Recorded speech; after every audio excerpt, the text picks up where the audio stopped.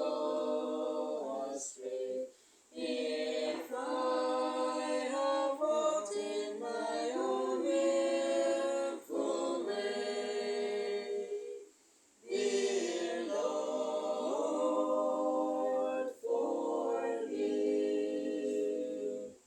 If I have uttered idle words or vain, if I have turned aside from want or pain, lest I myself shall suffer through the sway.